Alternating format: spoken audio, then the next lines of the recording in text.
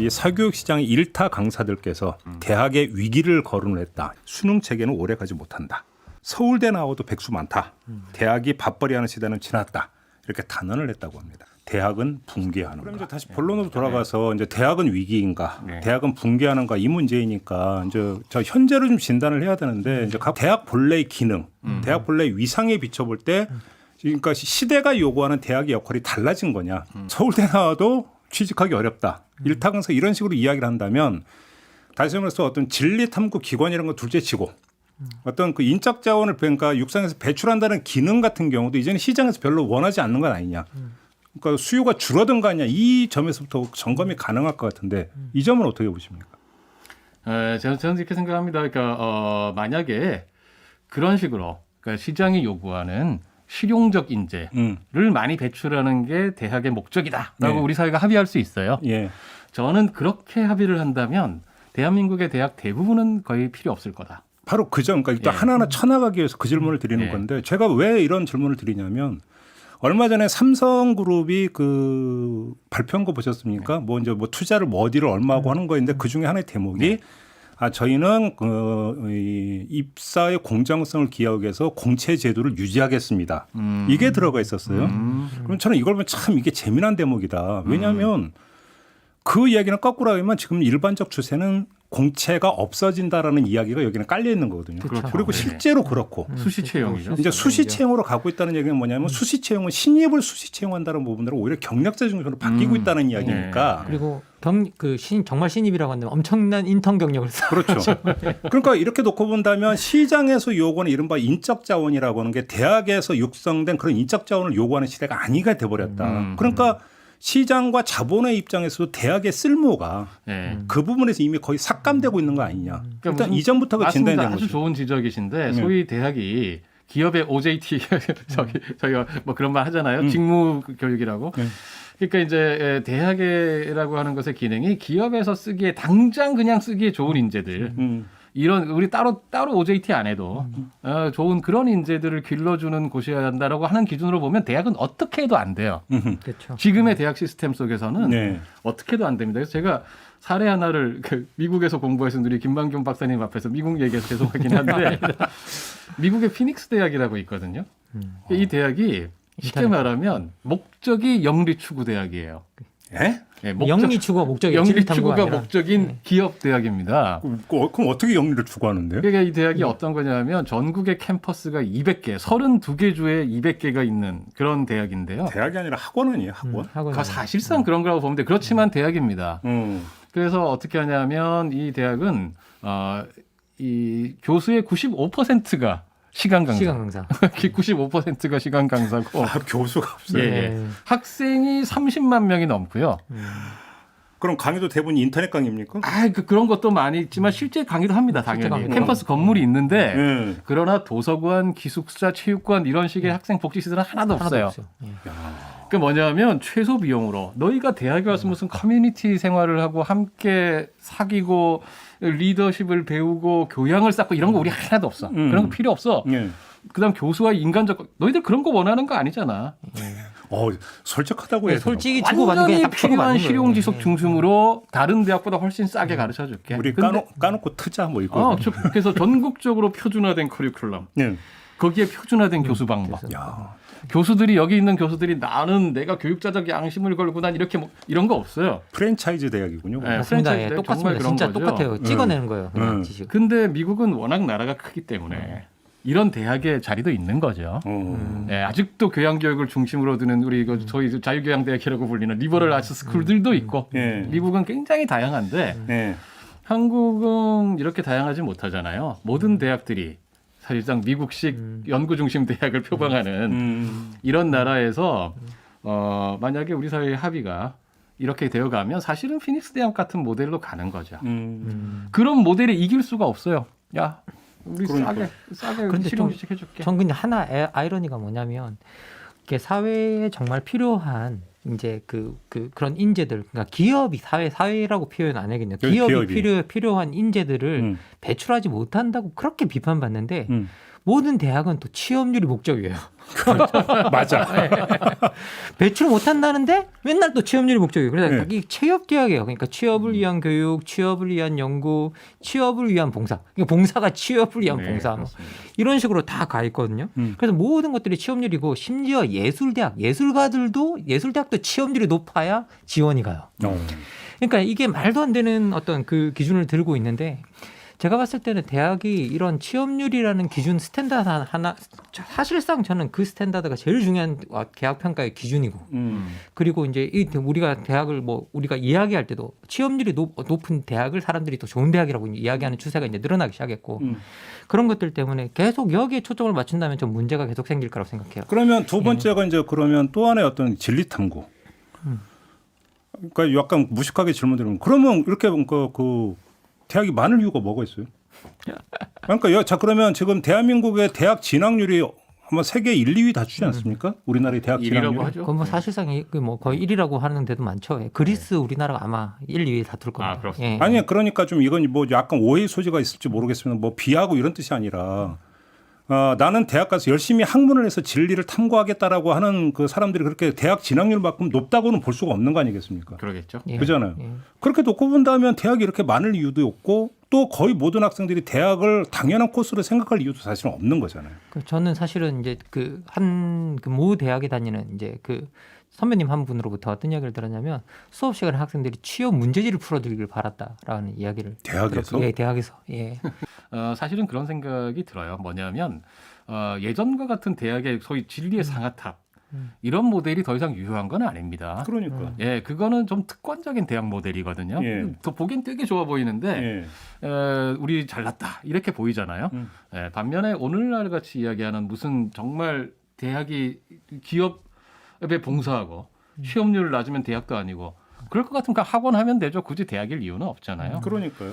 그 사이에서 지금 우리 사회가 혼란을 겪고 있는 겁니다. 사실은 이제 우리가 대학이라고 하는 모델을 이 둘 사이에서만 생각을 하기 때문에 이 두 가지 중에 하나로만 생각하기 때문에 고고한 진리 탐구의 전당과 그야말로 실용적인 기업에 봉사하는 취업 학원. 지금 제3의 모델이 있을 수도 있다. 사실은 저는 좀 그렇게 생각하죠. 이 대학이라고 하는 곳의 인프라가 참 소중한 인프라입니다. 예. 그렇죠. 이만한 캠퍼스의 도서관에 그렇죠. 다양한 연구를 공부를 하기 위한 인프라를 갖춘 공간이 어디 있습니까? 학원은 결코 이렇게 될 수 없습니다. 아까 피닉스 대학 얘기했잖아요. 그렇죠. 우리 사회는 이렇게 훌륭한 지적 인프라를 많이 갖고 있어요. 네. 그러니까 저는 이거를 뭐 이렇게 간혹 사람들 중에서는 대학들 다 망해라 하나도 필요 없어. 우리 사회 왜 이렇게 대학이 많이 필요해? 이렇게 얘기하시는 분들이 있는데 대학 진학률이 상승하는 것은 전 세계적인 추세입니다. 사람들이 일단은 이게 무슨 꼭 경쟁 강화 이것 측면에서만 보지 마시고 네. 세상이 진보해 나가고 그다음에 우리가 경제적으로 조금 더 성장해 나가고 있잖아요. 사람들 지적인 욕구가 더 성장하는 것은 당연합니다. 그래서 20세기 후반, 21세기 초라는 게 글로벌하게 보면 세계사적으로 굉장히 중요한 시기인 것이 처음으로 대학 교육이 대중화된 시기입니다. 그러면 네. 한 10년 전에 이제 막 열풍, 이른바 인문 열풍이 네. 분 적이 있지 않습니까? 우리나라에서도. 인문교육 뭐 이런. 예. 그렇죠. 그러면 근데 또 가만히 들여다보면 그때 불었던 열풍의 인문의 이게 본래적 인문이냐? 사실 따져보면 또 그것도 아니었거든요.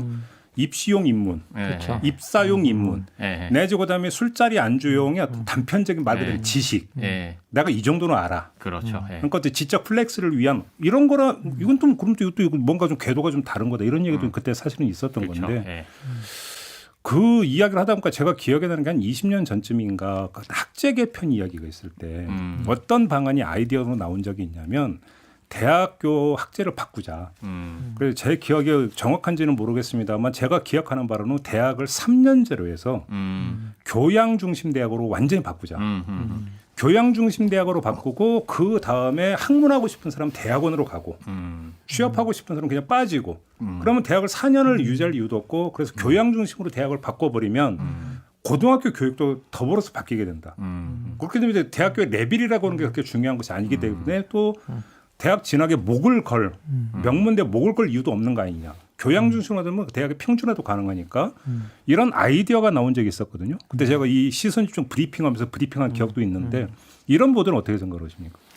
뭐 저 같은 경우는 그런 모델이 나쁘지 않다고 저는 생각을 좀 하는데요. 사실 우리가 대학을 이렇게 돌이켜 보면 아까 이제 우리 중세에서 근대로 넘어올 때 대학에 자리 잡았던 사람들이 거의 기여를 못했다고 이제 그렇게 말씀하셨잖아요. 근데 저는 그 말이 어떤 의미를 담고 있냐면 아주 급격하게 시대가 변할 때 대학이 거기에 빨리빨리 반응할 수 없는 기관이라는 뜻이라는 거 제가 생각이 들거든요. 이게 사실 생각해 보면 원래 대학이라는 것들이 이제 아까 대학의 그 소위 말해서 엘리트 교육의 대중화가 이제 20세기에 이루어졌다고 말씀을 하셨는데, 근데 그게 결국은 이제 능력주의 사회로 가면서 일어난 일이잖아요.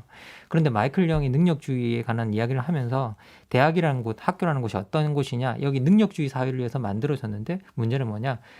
능력주의 사회가 진행되면 진행될수록 가장 보수적인 곳이 학교가 되어간다는 거예요.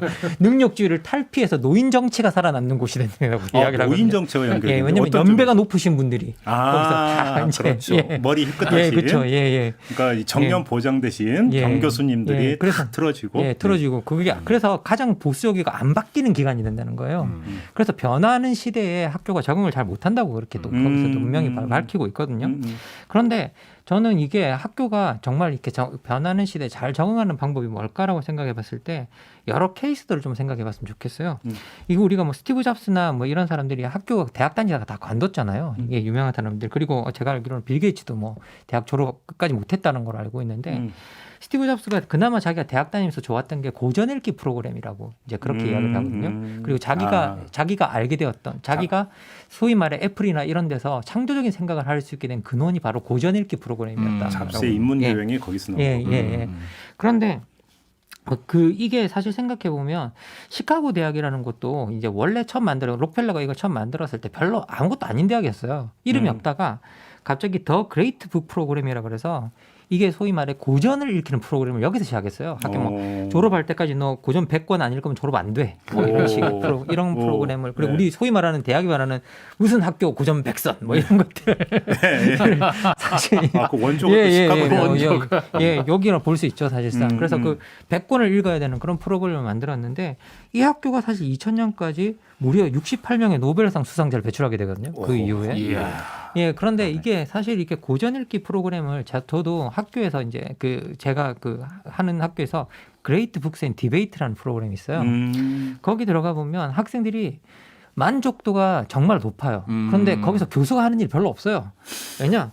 학생들한테 그냥 읽을 고전 텍스트를 주고 야, 작가는 어떤 사람이야? 이걸 쓴 사람은 어떤 사람이고 어떤 배경을 가진 사람이야 정도로 설명하고 그 텍스트를 읽히고 그냥 학생들끼리 토론하게 1시간 하고 그다음 전체 토론 1시간 하는 이제 그런 건데 강의 평가를 보면 거기에 강의 만족도가 제일 높아요. 학생들이 실제로 그 고전을 읽는 프로그램 그리고 너무너무 즐거워요.